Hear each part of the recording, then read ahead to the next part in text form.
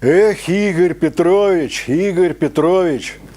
такая грозная у вас фамилия, Палица. Я-то думал, что губернская власть действительно всерьез взялась за выдающегося юриста современной Украины. На самом деле, оказывается, в наличии ничего серьезного в досье на Сергея Васильевича в областной государственной администрации нет. Как продолжалось строительство на межрейсовой базе моряков, так и ведется. Бравые активисты, похоже, умеют лишь митинговать, ездить по Одессе автоколоннами, но абсолютно не готовы вступать в продуктивный спор с птенцами из гнезда Кивалова. Где, интересно, расследование по поводу молчания одного из подразделений прокуратуры, которое защитило незаконное начало строительства какой-то школы на все той же межрейсовой базе? Почему никто так и не задал вопрос, зачем еще одна церковно-приходская школа, когда посередке французского бульвара уже выгнали корпус такого же заведения рядом с церквушкой? С каких это пор некоему благотворительному фонду депутаты городского собрания выдают льготы под строительство, по сути, частного учебного заведения? Если существуют уставные документы будущей школы, строительство которой узаконили с опозданием почти в год, то почему они до сих пор не опубликованы на всех официальных сайтах, как в Одессе, так и в области? Если мне не изменяет память, то Сергей Васильевич говорил о будущем подобии некоего парка рядом с этим строением. И снова вопрос, что это будет за парк, кто его проектировал и были ли проведены общественные слушания в городе, а не на отдельной территории, именуемой Национальным университетом Одесская национальная юридическая академия. Перечисленные выше вопросы лежат на поверхности. Но в словесной дуэли между Палицей и Киваловым они не звучат.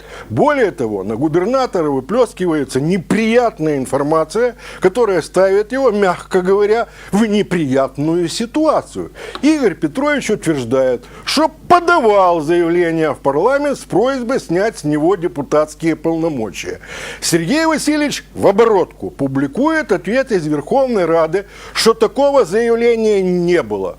Кто кого надувает, понять сложно, но обыватель, приникнув к экранам телевизоров, еще больше горячится, как от внешней жары, так и от напряженной работы всего головного мозга. Кто из них гонит? Вот в чем вопрос. И он покруче гамлетовского. Этот тезис объясняю отдельно. Губернатор объявил войну одному из бывших столпов, ушедшей в небытие партии регионов. Человеку, сумевшему обаять как оранжевого Ющенко, так и бело-голубого Януковича. И если в этой схватке выиграет Сергей Васильевич, то это не локальное поражение очередного одесского губернатора. Это проигрыш соратника, всесильного олигарха Коломойского, который пока втихаря позиционирует себя выше, нежели действующий президент страны. Тогда к чему нужна была эта широко разрекламированная война, если хозяин самого главного кабинета в Белом здании на проспекте Шевченко не удосужился напрячь своих подчиненных сбором серьезных аргументов, обеспечивающих ему победу? В конце концов, в ближайшем окружении Игоря Петровича Палицы есть люди, которые не один десяток лет работали бок о бок с Сергеем Васильевичем и ходили при нем в разряде близких.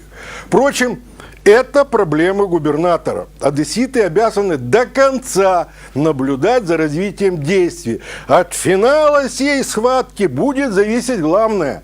Наше доверие к ее участникам в момент, когда мы придем голосовать, определяя не только свою партию, но и своих депутатов. Беда только в том, что вполне возможен и третий вариант. Окончат друг друга мочить и договорятся. За кого тогда голосовать?